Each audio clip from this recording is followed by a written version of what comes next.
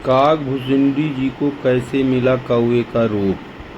गुरु के वचन सुरति करी राम चरण मनुलाग, रघुपति जस गावत फिरत छन छन नव अनुराग। भावार्थ, गुरु जी के वचनों का स्मरण करके मेरा मन श्री राम जी के चरणों में लग गया। मैं क्षण क्षण नया नया प्रेम प्राप्त करता हुआ श्री रघुनाथ जी का यश गाता फिरता था। काकभुसुंडी जी रामचरितमानस के एक पात्र हैं। संत तुलसीदास जी ने रामचरितमानस के उत्तरकांड में लिखा है, काकभुसुंडी जी परम ज्ञानी राम भक्त हैं। रावण के पुत्र मेघनाद ने राम से युद्ध करते हुए राम को नागपाश से बांध दिया था। देवर्षि नारद के कहने पर गरुण, जो कि सर्पभक्षी थे, नागपाश के समस्त नागों को खाकर राम को नागपाश के बंधन से छुड़ाया था। राम के इस तरह नागपाश में बंध जाने पर राम के परम ब्रह्म होने पर गरुण को संदेह हो गया। गरुण का संदेह दूर करने के लिए देवर्षि नारद उन्हें ब्रह्मा जी के पास भेजा। ब्रह्मा जी ने उनसे कहा कि तुम्हारा संदेह भगवान शंकर दूर कर सकते हैं। भगवान शंकर ने भी गरुण को उनका संदेह मिटाने के लिए काकभुसुंडी जी के पास भेज दिया। अंत में काकभुसुंडी जी ने राम के चरित्र की पवित्र कथा सुनकर गरुण के संदेह को दूर किया। गरुण के संदेह समाप्त हो जाने के पश्चात काकभुसुंडी जी गरुण को स्वयं की कथा सुनाया, जो इस प्रकार है। पूर्व के एक कल्प में कलयुग का समय चल रहा था। उसी समय काकभुसुंडी जी का प्रथम जन्म अयोध्यापुरी में एक शूद्र के घर में हुआ।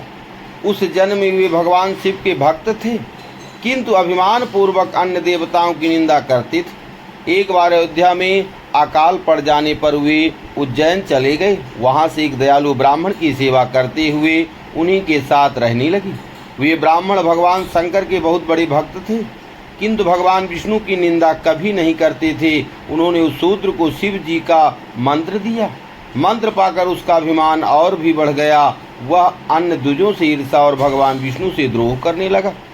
उसके इस व्यवहार से उनके गुरु ब्राह्मण अत्यंत दुखी होकर उसे श्री राम की भक्ति का उपदेश दिया करते थे। एक बार उस शूद्र ने भगवान शंकर के मंदिर में अपने गुरु अर्थात शिव ब्राह्मण के साथ वह रहता था का अपमान कर दिया। इस पर भगवान शंकर ने आकाशवाणी करके उसे शाप दे दिया कि रे पापी, तू गुरु का निरादर करता है, इसलिए तू सर्प की अधम योनि में चला जा और सर्प योनि के बाद तुझे 1000 वर्ष अनेक योनि में जन्म लेना पड़ेगा। गुरु बड़ी दयालु थे, इसलिए उन्होंने शिव जी की स्तुति करके अपने शिष्य के लिए क्षमा प्रार्थना की।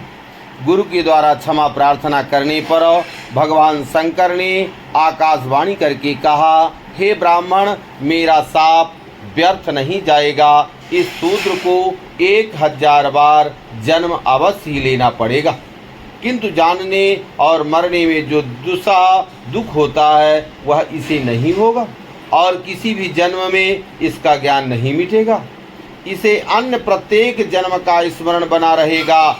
जगत में इसे कुछ भी दुर्बल नहीं होगा। इसकी सर्वत्र अवध गति होगी। मेरी कृपा से इसे भगवान श्री राम के चरणों के प्रति भक्ति भी प्राप्त होगी। इसके पश्चात उस शूद्र ने विंध्याचल में जाकर सर्प योनि प्राप्त किया। कुछ काल बीतने पर उसने उस शरीर को बिना किसी कष्ट के त्याग दिया।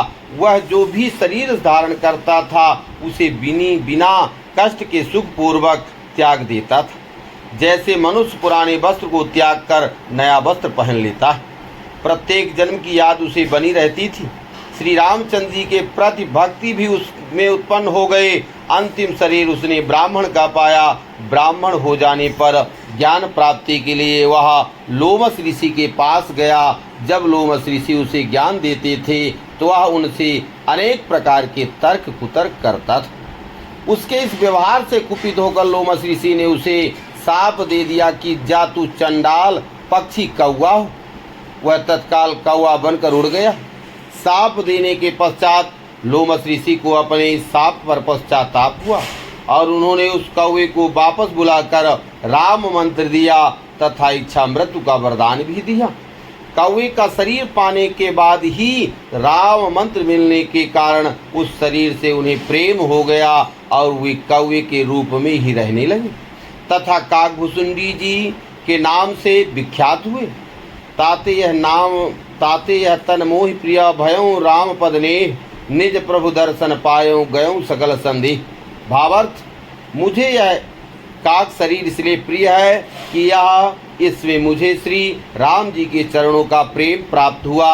इस शरीर से मैंने अपने प्रभु के दर्शन पाए और मेरे संदेह जाते रहे। बोले राजा रामचंद्र भगवान की।